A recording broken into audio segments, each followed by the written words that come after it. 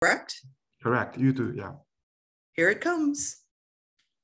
Well, first of all, good morning, Ju, and good morning, everyone. Thanks for inviting me to participate in your discussion. And I appreciate, Ju, your question on copper earlier, because I think that sets up what I'm going to add to the mix today very well. What we're trying to do, and we're not the only group, and certainly this has been happening over time. What we're trying to do is build greater awareness of all of the raw materials streams that are going to be required going forward, and not just for all of the things that people want to talk about when it comes to energy scenarios and so on, but also life in general, because to live the way we live, do the things we do, of course, requires a lot of stuff.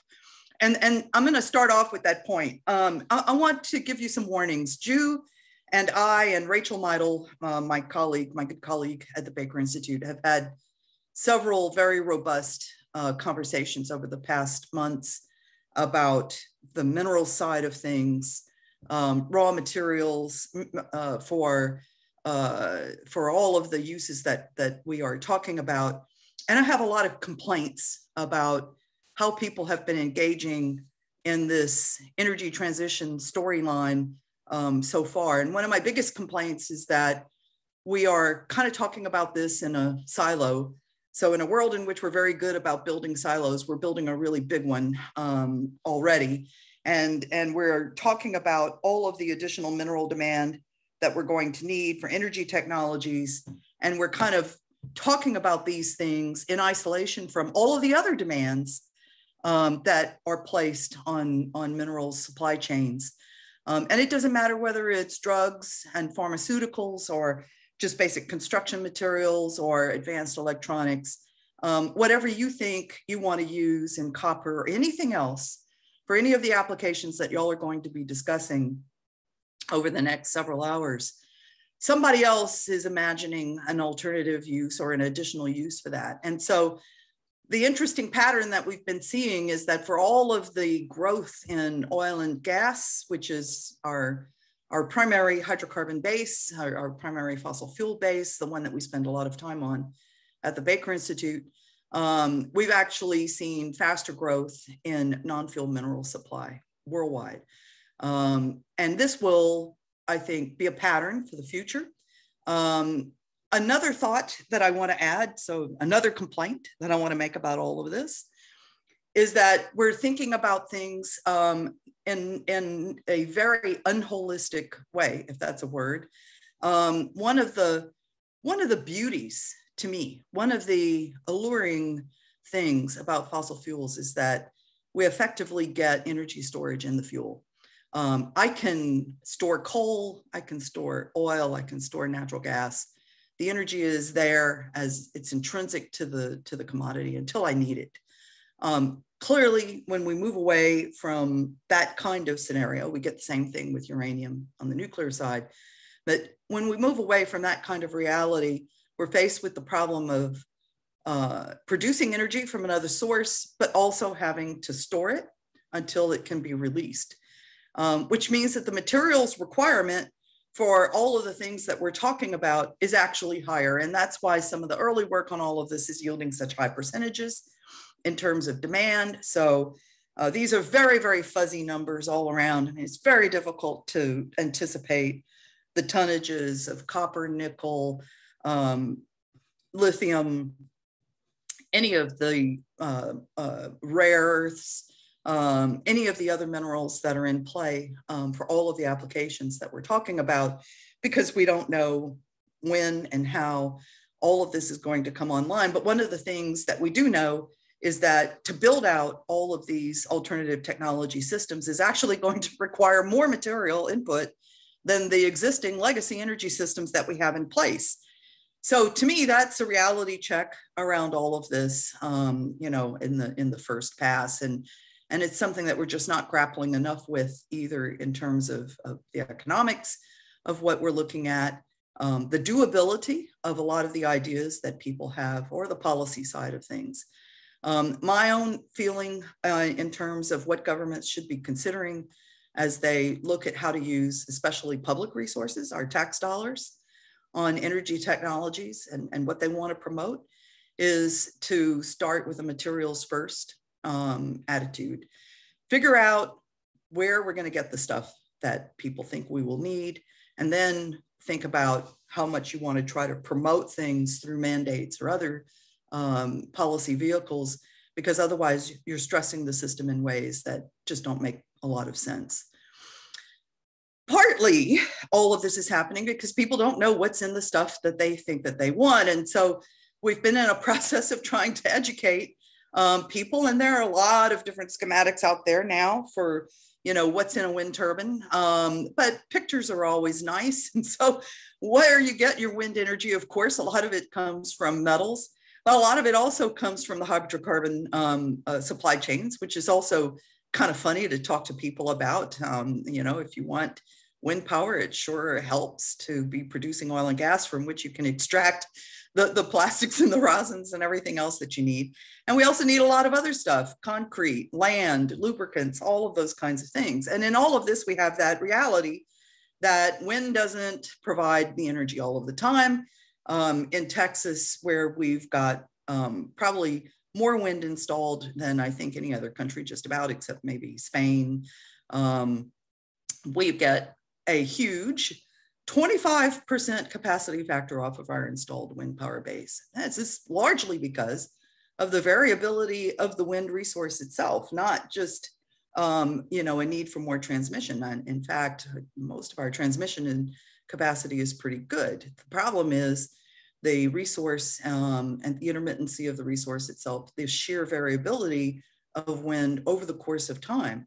Well, all of this means that you need more stuff. So you need something for backup, either natural gas, which is where that fuel has become positioned, and all of the materials requirements to produce natural gas generated power, or batteries, backup solar, or something else, and all of the materials inputs for that.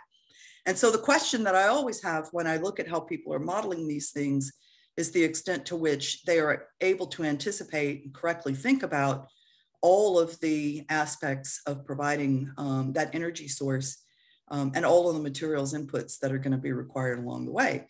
Same problem on the electric vehicle side. So a huge amount of metals, but roughly 60% of the materials content of a vehicle still comes from the hydrocarbon side. So everything from interior components to housings to probably battery casings themselves in some instances, to all of the critical safety components, probably the body of an EV itself, because weight is such an issue. So the extent to which new fibers and other materials will start to show up more in the design of EVs, so long as safety can be sustained. You obviously need roads. And so this has been another funny part of the conversation. Asphalt, it turns out, is a very useful thing. We monetize the bottom of the oil barrel by building roads. We still need all of the concrete materials requirements for that, and lubricants and everything else. And then you've got to be able to charge vehicles, recharge them, and you've got all of the energy balancing and backup issues on the energy supply side involved in all of that. So you end up with a lot of stuff. We worry about two major material supply streams. We worry about all of the feedstocks for chemicals and plastics. And this is something that Rachel and I and others are starting to have more conversations about. And I'll raise a distinct question for why that is. In all of the modeling out there, what everyone assumes is that we have an endpoint of some sort for oil and gas production. But our chemicals and plastics require feedstocks from oil and gas production. And so it's not clear to me that people are really thinking about this in the right way. A distinct question is how you sustain feedstocks for chemicals and plastics without monetizing the fuels cuts. And I don't think that this has been getting enough thought. From a global oil and gas industry perspective, I don't believe that the industry can sustain itself by only selling a portion of what it has to invest in producing if it can't create revenue from the other portion. So this is a huge problem that to me has a very inadequate treatment out there in all of this. The other major stream, of course, are the metals, and that's the primary concern that we've got, for the Energy, Minerals, and Materials program at the Baker Institute in the Center for Energy Studies, is where we'll get the balance of the materials we need, the non-fuel minerals. How to do all of this while meeting all of the health, safety, environment, ESG metrics that everybody wants to impose, and do all of this and be profitable. That's the fundamental challenge, because nobody will invest anything in anything unless they can see some sort of return at the end of it. And it would be a lot more appealing to go into all of this believing that those returns can be generated by the market and not have to be provided by governments with our tax dollars. Otherwise, none of this, in my view, is financially sustainable. So to get to the raw materials sourcing cycle, put all this together, there are a lot of things that have to happen before you ever can lift a ton of coal and get it into the market. You have to be able to define the resource locations, get access. You're dealing with resource owners that are governments for the most part. They have to be willing to allow investment to happen. We want all of this to take place in a good way, where those governments, all of our governments, are providing full transparency associated with what's being done to extract the resources. We have a lot of pressure on the mining and minerals processing businesses to be able to do things in a good way, and not just to meet emissions requirements, but also the much bigger and more evident footprint that everybody worries about, just the impact on land, on the subsurface, on aquifers, water resources in general, air, communities, surrounding communities. All of those things are part of what we call the license to operate, the set of things that the industry has to do, that companies have to do in order to be able to engage in a major minerals project of any sort. Doesn't matter what it is, doesn't matter where it is. All of these things are involved, and the life cycles are not short. Currently, roughly speaking, on average, around the world, start to finish, you're 16 years roughly into a full cycle for a new major project. It certainly can be quicker if you are expanding an existing mine, expanding existing minerals processing, so long as, again, you see the potential return out in the market. But still, these things take a long time. And we've been through 2 cycles lately in which capital investment in the mining and minerals businesses, minerals processing businesses, have been pulled back. One, following the big run up in commodities prices, 2011, 2012, the fall off from that was very discouraging for new investment. And then, of course, what we've been through the past couple of years with COVID, the fall off investment has been pronounced.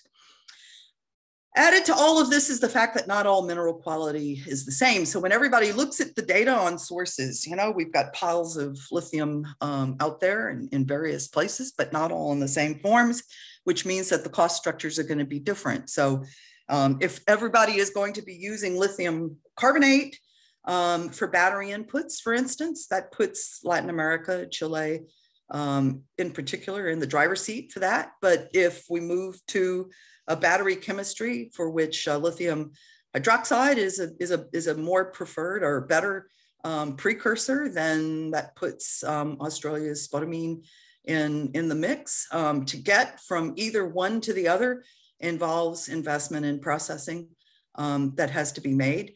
The distribution of resources is, of course, very varied. So everything from the brine based to pegmatites that have to be extracted around the world, clay-based minerals resources. When we look at the data on minerals, as you all are puzzling on this for all of the different ideas that you have, a lot of the numbers that get thrown around are resource numbers. So these are just the occurrences in Earth. What we're more interested in are reserves, what can actually be technically delivered. And it's better to get that number in association with a major project already underway, because then that gives us more assurance that what we're looking at in the technically recoverable reserve can actually eventually get into the market. Just because something is technically recoverable doesn't mean that it will be recovered. So again, you've got to have a price, you've got to have market conditions that are amenable to making the investment, and so that the industry can move forward and get the additional tonnages into place. When we look at lithium as an example, for instance, back to the question of upgrading and thinking about, the forms that we need. Do we just need concentrate? Do we want hydroxide? Do we need carbonate? There is a case that can be made for moving investment into processing lithium to get hydroxide, for instance, if that's what we want. But it's considerably more expensive than just supplying lithium concentrate. So obviously, it helps to have a price. Now, lithium is a great one to point to bring up a host of questions. There is no traded price for lithium. So the only way that I know what lithium is worth if I'm a supplier is if I'm looking at contract prices, to the extent that those contract prices are revealed in the marketplace by various services that publish metals prices. And most of those contract prices come from Chinese purchases, which is a point that I'll come to later on. The role of China in influencing all of this, including the prices of minerals and materials, is profound. Nickel, another example that we're wrestling with right now, because we're looking at investment in various places, in particular Chinese investment in laterites in Indonesia and Philippines. Extracting nickel from laterite is like pulling alumina out of bauxite mining and nickel mining out of laterites are very similar. You're basically moving dirt. This means, very large scale earth movement to extract the available minerals that occur. Russia's sulfides have yielded the class 1 nickel that has dominated the market for a long time, both in cost structure and in other things. It's more expensive to mine, but cheaper to process. And so the Russians have had, have enjoyed a strong position in nickel supply for a long time. But over the several years, Indonesia and Southeast Asia in particular have emerged as a large supply location, and considerable amount of investment is going in that direction. Because of the expense of processing into pig iron, which is the intermediate step before you can get the grade of nickel that you want for something like a battery, you have to invest quite a bit. And so we think that what's going on here is more of an integrated strategy to extract nickel from laterites in Indonesia, the Philippines, and other locations, and do that on a side-by-side basis with battery production in those countries. Those governments want the value added very badly, which is a common story around the world. No country wants to be just a metal supplier. Everybody wants the value added associated with the use of the minerals that are being extracted from their domains. One of the things that is very true about all of these commodities is that as you move up the supply curve, which is the black line, cash margins diminish very strongly. We're in a strong nickel price, and so cash margins have been pretty decent until you get to the most expensive projects at the end and start to see negative returns. But what this is telling you is that much of the nickel gets supplied from the best, most productive, most profitable projects, with the Russians holding the fort, and more supply that comes into the markets around the world has to come from less and less attractive projects. And this is true no matter the commodity. It's true in oil and gas, but it's true across all of the metals.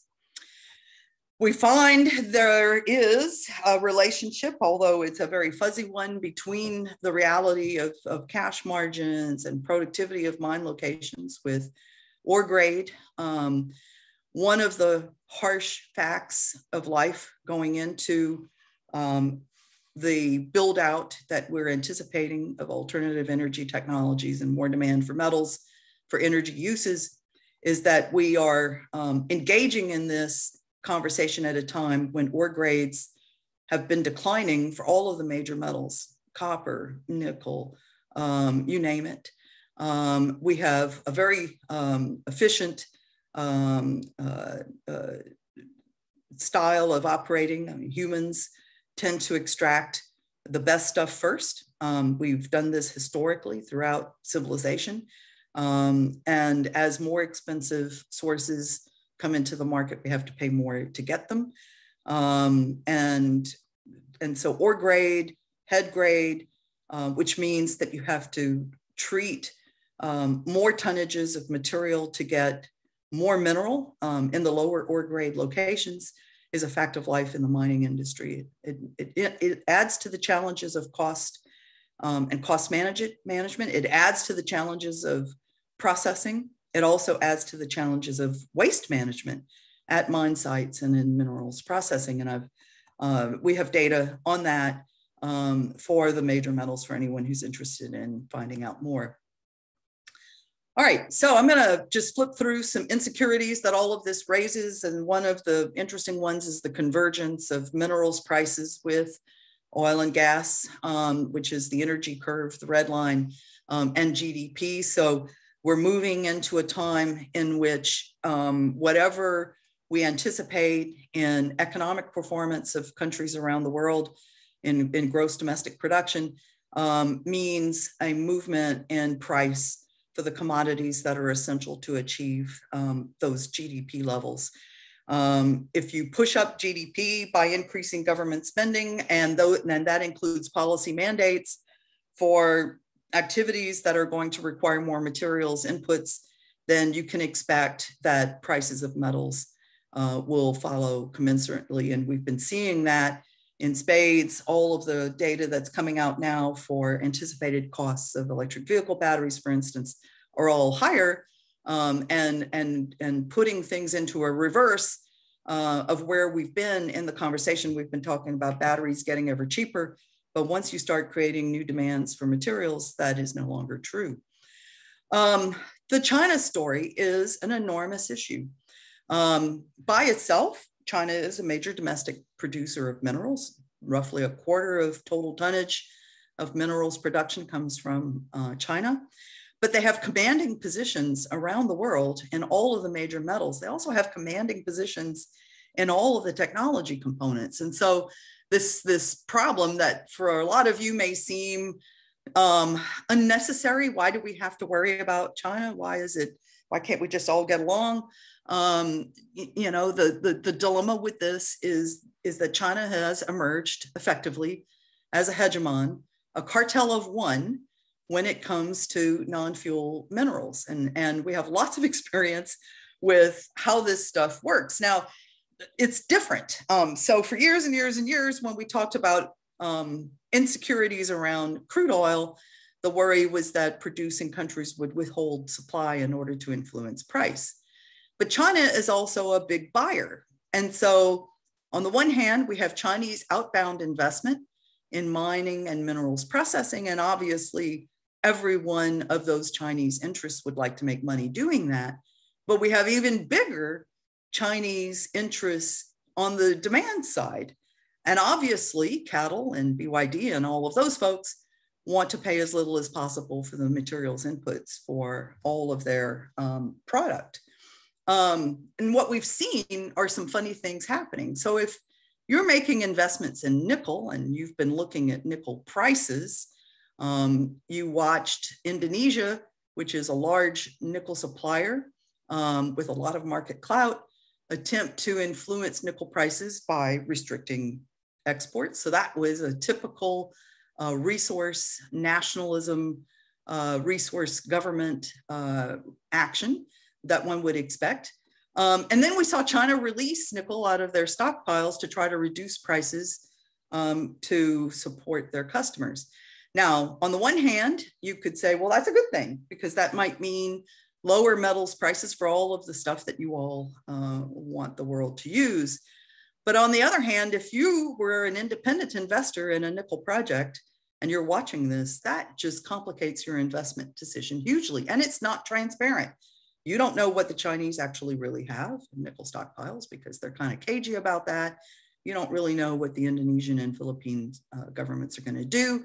And now we're entering a world in which the decisions that those governments make are no longer very independent, because China is a major investor in those countries and will influence how those governments behave. This is a very, very complicated arena. And I probably have spent too much time on this for some of you, but I think everybody needs to understand how delicate some of these balances are and how compounding the problems can be. We have the problem of fragile states. A lot of our minerals are in place. A lot of the supply that we need, a lot of the incremental supply that we need comes from places where governance in general is a problem. And now we're creating new pressures by building up the value of their product and triggering sets of reactions that one might expect as a consequence. We have our import vulnerabilities in the United States. The USGS has done a great job of mapping this out.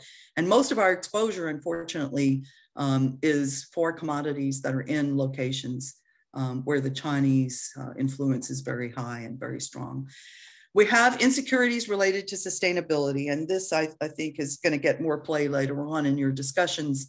We're already seeing signs that there are limits to what the public will accept in the scale and build out of wind and solar, because they require just so much land use, even in places where you would think that attitudes towards land use would be more accepting.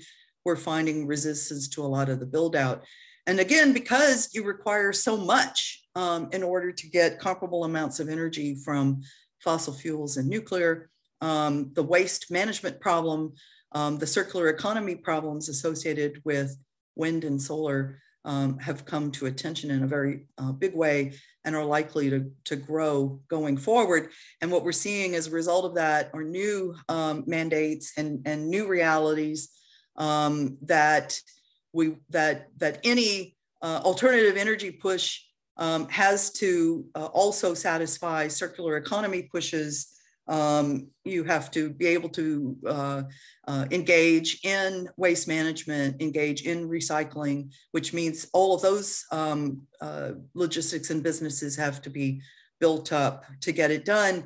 And all of that also means that we have to find the profitability signal in all of that in order to sustain what we think we should do. Rachel and I have talked about this a huge amount. I'm borrowing her slide that she may be using again later on to make the point that we want all of these things to come together in a way that makes us feel good about what we're doing and helps us to ensure that we're not creating impacts and consequences that we can't manage. I don't actually know which comes first. It's hard to tell at this stage of the game whether what we're seeing in ESG practices for companies is a result of them being profitable enough to be able to engage in that.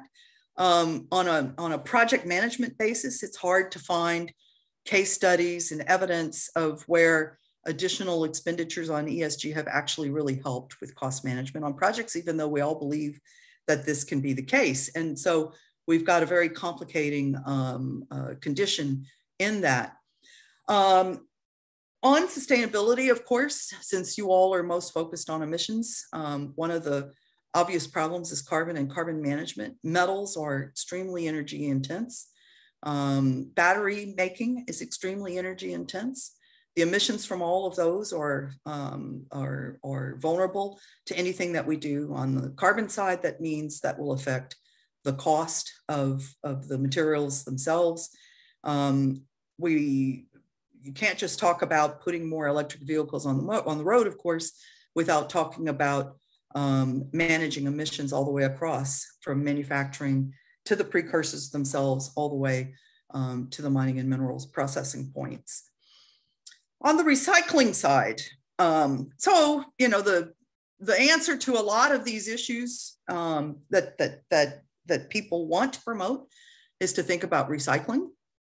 And this is just an example of the solar supply chain to just kind of outline the basic materials and where they and how they go into the modules, and then where recycling would fit in.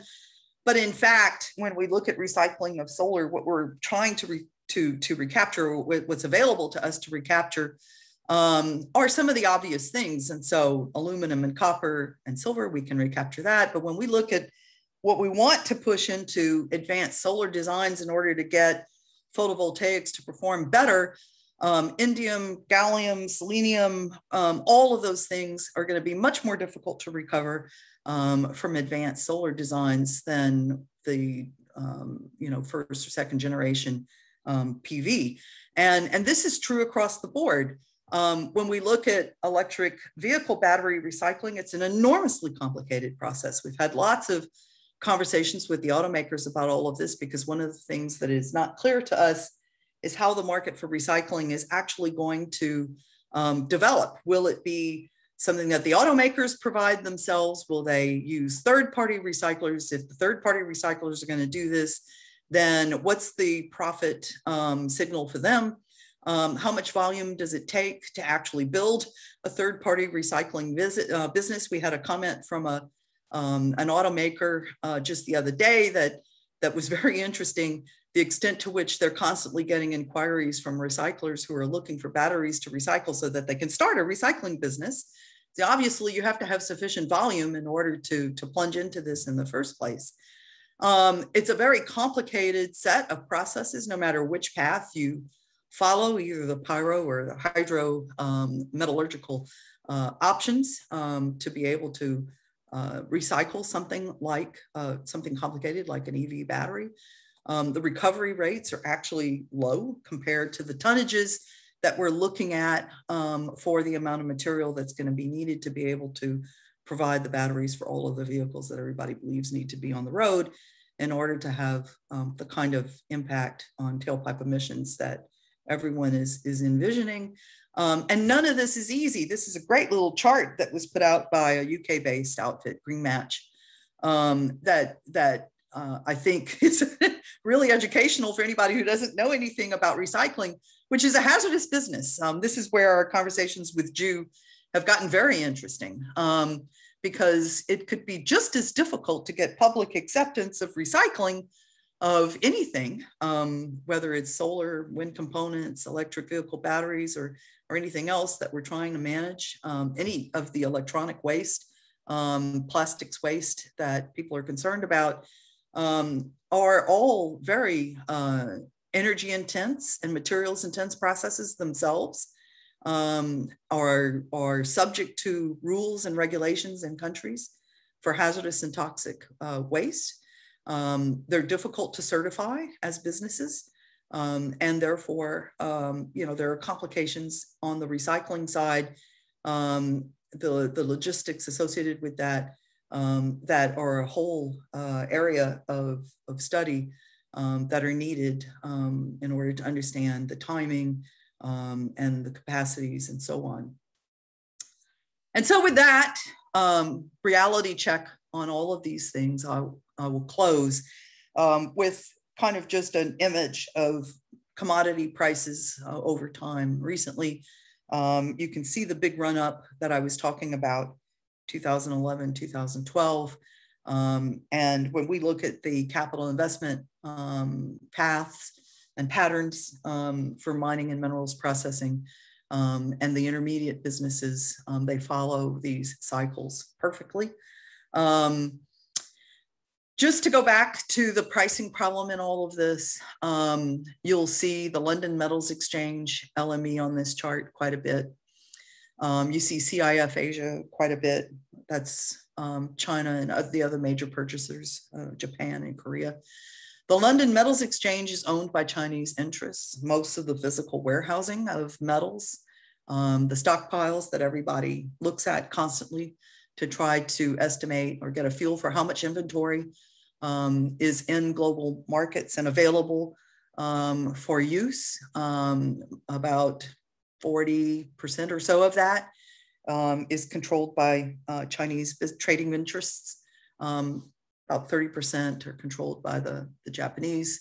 We believe that Japan is probably a friendlier trader and than the Chinese at this point. It's a little easier to engage with Japanese traders on all of this than it is with the Chinese. I'm being very frank in that discussion because I really want to emphasize the importance of all of this. It's very difficult to talk about building new industries and securing supply chains for them if you're not confident that you can understand how the price signal is going to form.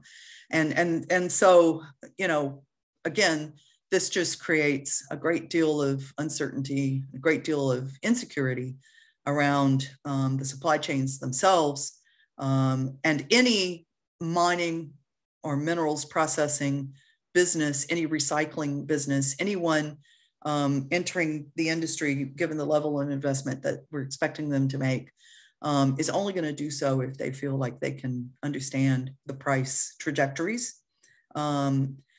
It's not that everybody wants stable prices or constantly upward prices. They just need to be able to understand what the influences on prices are in order to be able to mitigate those risks. So that's enough said from me, Ju, and I think we'll see what the questions are that people might have around all of this and try to deal with them as best we can.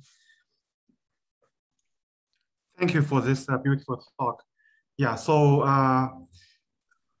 maybe let me start by asking, you know, right now the rate of recycling is quite deplorable. So lithium-ion batteries are, as far as we can tell, recycled less than 10%. And even if you look at electronic waste, which has been a long-standing problem, the recycling rate is less than 30%. So we clearly need to do a lot of industry development and engineering within a short period of time. Otherwise, there will be a big environmental impact. And also we will run into resource limitations, as Rachel Maido have aptly pointed out in the last A+B meeting. So my question to you, Michelle, is if you were the president of the United States, what would you do with respect to recycling? What would you do with respect to mining, which I know you are a real expert on? Like what needs to be done within the US domestically? What should be done? If I could be queen for a day, I'd rather be queen than president. But at any rate, so first of all, let's clarify one thing, because Ju, a lot of our conversations with you have been about, you know, a fully recycled battery scenario. And of course, there will be life left in batteries beyond the warranty. And this is true regardless of whether the batteries are part of an electric vehicle or whether they're for, you know, grid scale to support power generation and transmission. In any case, whether it's repowering batteries for reuse or capturing batteries that have reached warranty limits on electric vehicles and trying to reuse those, there are actions that are going to be required. Electric vehicles in particular, some disassembly. If what you're going to do is try to take the battery out of an existing warranted electric vehicle and deploy that battery material into something else, or even if you're going to take an out of warranty electric vehicle and try to resell it in some way, you know, it's so much easier to think about recycling and reuse of conventional energy systems. I mean, it's been so easy to recycle the traditional lead acid batteries that we all use. It's so easy to build a resale market for conventional engines. And for electric vehicles, this is going to be quite a bit more complicated, I think, based on everything that we've looked at. If I were president, what I would do is actually, I would try to calm things down. Now, I'm a fiscal conservative, and so I'm saying this, and I need, at a time when everybody feels like there's a sense of urgency and we need to move very quickly to scale things up. But recognizing these problems, the worst thing we can start doing is throwing public tax dollars at what we think are solutions that are only going to create unintended consequences that we can't manage. And that's what we're in the process of doing. We're in the process of putting hundreds of billions, trillions of taxpayer resources around the world, or at least among the industrial countries in China, exposed to a very complex set of risks and uncertainties around these businesses before we have really good ideas for how we're going to solve them. So that's kind of a big picture policy problem, which is, eventually going to show up in the scoring on policies, whether it's our Congressional Budget Office or our GAO, our Government Accountability Office, or anyone else's. Sooner or later, these questions will come up. Are you getting the right kind of, are you using responsibly taxpayer resources given the realities around these businesses? Because what you're doing is exposing people to inflation, to an escalation in cost, and to additional environmental problems beyond the ones that you think are being solved. The second thing that I would think about doing is putting those dollars to work in a way that probably a lot of you would like, which is more bench science and better understanding of how to develop material science solutions.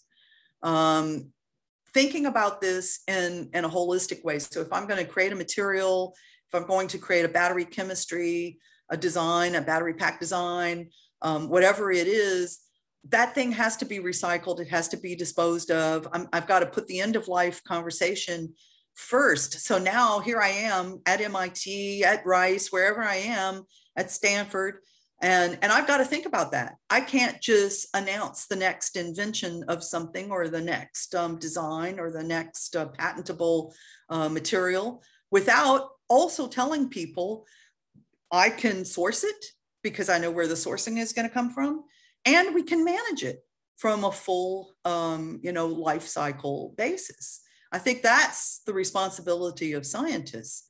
So you can build, research partnerships around that to try to solve those problems, but we're not doing that. What we're trying to do is we're trying to build the end product before we actually do all of the investment that we need in a more responsible way, I think, from the materials side. So that's a long answer to the question, but I'm just sharing my personal views.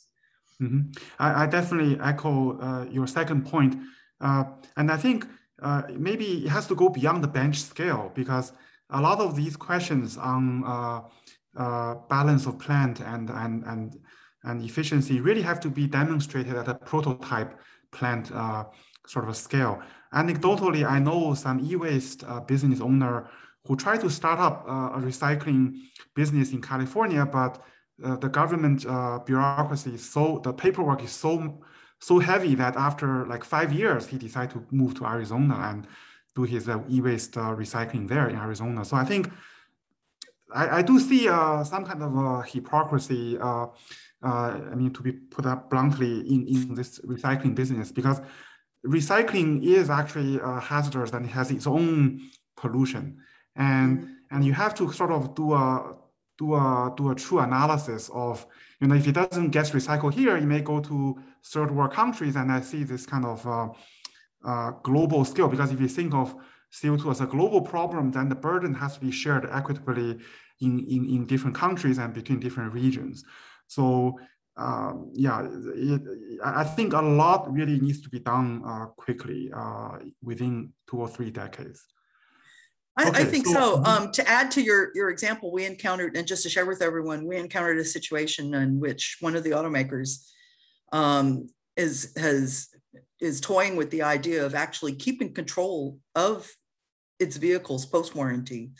In their view, for one thing, it's safer to ship an electric vehicle intact if you're shipping it to disassembly, or for recycling as opposed to, you know, just cutting loose your liability and letting the vehicle go into a resale market of some sort.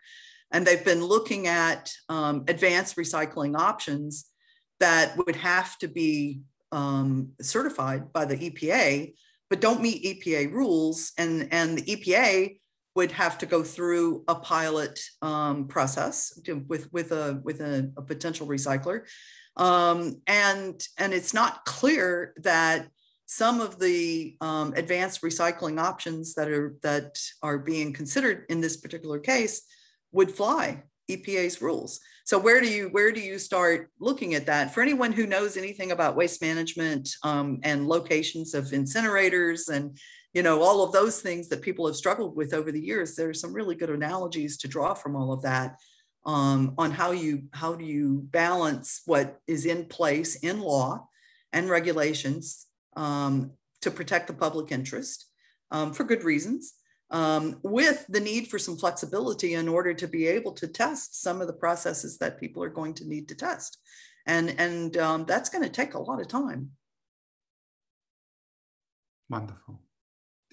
Okay, there's a question from Robert Hayes. I'm not quite sure I fully understand the question. So is there a formal analysis on energy source capabilities to replace themselves in terms of life cycle energy from cradle to grave, including materials manufacturing, deployment, disposal, etc.? So maybe the more general question is, I've seen, you know, you have a clearinghouse of prices and you try to sort of disassemble all the parts. So maybe like, what's the best public resource nowadays to understand, sort of penetrate the veil, so to speak, you know, in terms of you know, all these calculations, you know, how can we get the data transparency that we need? So I'm looking at Robert's question and I think I can see where he's heading. So first of all, Jude, to come back to what you said, because I think you and Rachel and I actually talked about this once. We don't have common metrics for life cycle analysis. We have a lot of life cycle analysis that's starting to happen. And what's happening is it's all over the map. So I can go to one peer-reviewed published study and I'll see that, you know, based on the electric vehicle design, the size of the vehicle, the type of the battery, how it's being recharged, blah, blah, blah, blah, that it might score reasonably well on that life cycle analysis for that country. And then I'll go someplace else and I'll look at a life cycle analysis that's been published and, you know, with different countries and different batteries and emissions and different energy sources or different battery chemistries, different energy sources for recharging and so on. And it doesn't score so well. I can look at life cycle analysis of regular combustion engines with advanced designs, and those actually look competitive to a lot of the BEVs. So we've kind of got a very uneven landscape in terms of how life cycle analysis gets done. And a lot of the work is not transparent. So to your point, I mean, it's very difficult to pick apart what's getting published, what people are producing or what they're saying. We don't know what their assumptions are. We don't know what their data inputs are. So it's very hard to scrutinize all of that and come to the conclusions. Now, that said, there are some very, very good researchers, you know, working on this. You know, a lot of people who are trying very hard to understand all of these things and come up with good analysis and modeling techniques. It is all modeling, though, at this point, because we don't have enough actual data for empirical analysis. We don't have, you know, enough in place to be able to really get at this the right way. I don't think, though, you know, a quick answer to Robert's question, I don't think that in any of the work that I've seen that we can recover nearly enough material to have a truly circular economy for a really, really long time. I mean, you know, again, if you look at the percentages in the slide that I gave you all of what you can recover or conceivably, conceptually from electric vehicle batteries today, as you point out, the 10% or so of batteries that we think are getting recycled and what's getting pulled from them. compared to the amount of material that we need for the number of vehicles that we're trying to put on the roads in the time frame that people are talking about, there's no way that you can make that work. So the simple answer to the question about capabilities of replacement on a life cycle basis, it's pretty low, which is why all of the folks who cover minerals and metals markets are very enthusiastic about all of this, because what they see are price trajectories for metals that are pretty robust going forward, assuming that people are going to need to mine, they're going to need to process. There's got to be a price signal to support that, because the tonnages available from recapture just aren't going to be even close to meeting primary demand for manufacturing. Yeah, I think really on the point of data, we should, I think, have a legislative agenda for life cycle analysis. Like, I think there should be certain data disclosure that's required in the industry chain for us to see clearly this information. Okay, I think now we're into the coffee break, and I actually think Adam Powell has a question. Yeah, I think now is a free for all. So Adam, maybe you could just unmute yourself and ask the question yourself. And in fact, the floor is open for all the panelists. You feel free to open your camera and open up your mic. And people also feel free to type in the chat, and I'll try to channel the questions. So Adam. I don't see him.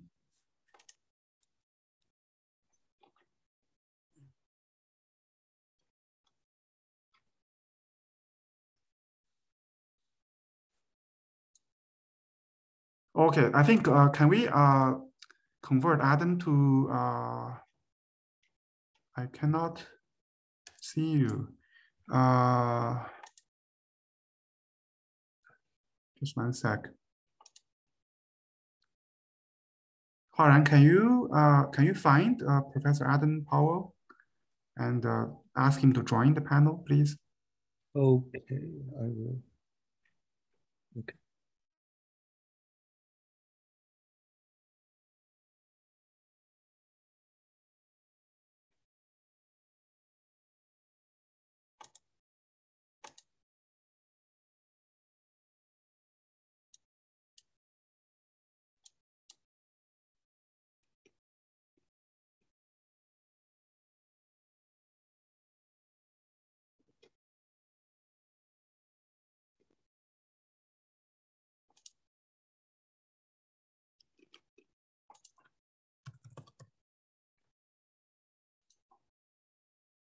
Yeah, Haran, if you make me a chair, I can host. I can ask him to join too.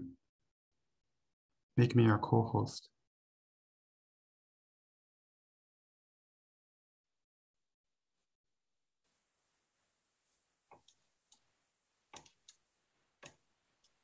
And in the meantime, feel free to ask questions and just show your face and join the discussion.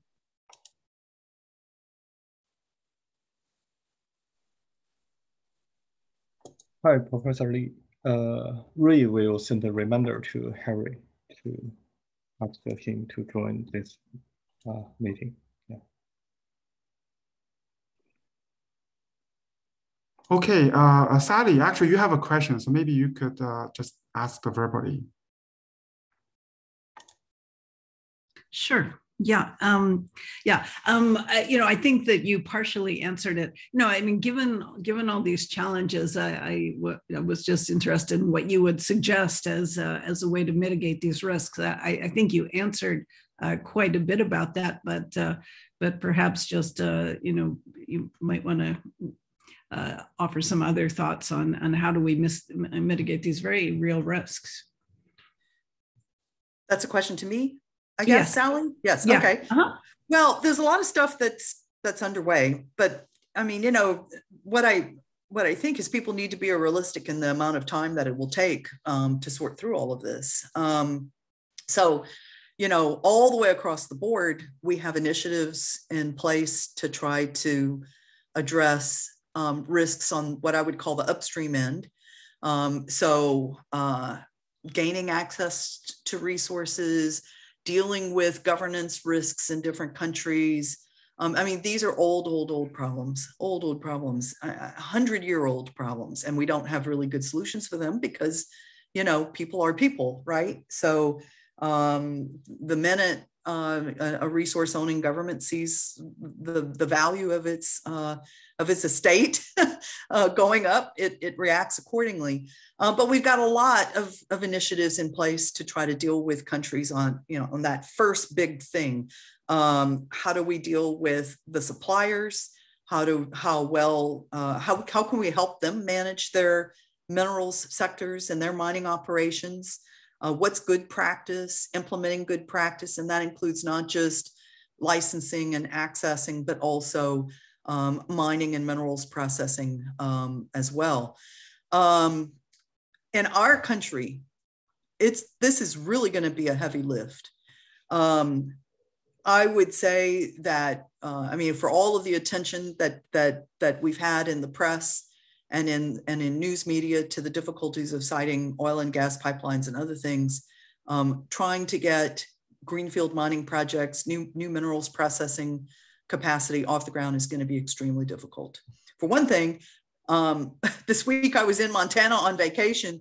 We are doing a very good job of populating a lot of the portions of the United States where mineral extraction needs to happen with people who really aren't very interested in having it continue in the states that they are moving to. So we've got a real problem there. One of the things that we're going to start looking at is minerals processing in Texas. We are very good at managing a lot of downstream businesses, and so that's something that we could do. We're also looking more at marine minerals. Marine minerals actually is a solution in one way to some of the resource access and governance problems, but it presents a whole host of other concerns that a lot of people are uncomfortable with, but it's something that I think we need to look at seriously. And again, I'm looking at baseline supply. I'm looking at what we need for everything in life, everything from cancer treatment to hospital ventilators to electric vehicle batteries. I'm you know, across the board, we have sourcing problems. Everyone is trying to get on the same page about the life cycle stuff for all of the combined activities, from the point at which you're supplying precursors to manufacturers to end of life of everything that we use. And again, we're worried about life cycle analysis and circular economies principles, not just for the new energy technology that we're trying to push into use, but also for everything, right? I mean, this is a dilemma anywhere. I mean, just managing the life cycle of construction materials, we do a little better with that, but still it's hard and expensive and it takes time. The regulatory side of it, I think, is going to have a lot of pressure on it and is going to take a lot of time to develop. The rules and regulations that actually come into place that will influence how investors, suppliers, manufacturers all behave. So everything from EPA rules and regulations to what the states do, to what other countries do, we're in the earliest stages of all of that. Most countries, most of the advanced economies, developed economies, have some form of regulatory framework for toxic and hazardous materials, for those related processes, for waste disposal. We have nascent recycling rules, all of those kinds of things, but there's not much transparency around them. We don't know what's happening in terms of volumes very, very well. Costs are very disguised, so we're not clear about that. And the reporting requirements, penalties, certifications, metrics, measures. So all of the ways in which companies would be able to know, am I doing okay? Am I properly mitigating risk through, you know, a particular action that I'm planning to take? Am I going to meet the requirements of the regulatory body? All of that kind of stuff needs to be developed. So there's a lot that has to happen, in terms of the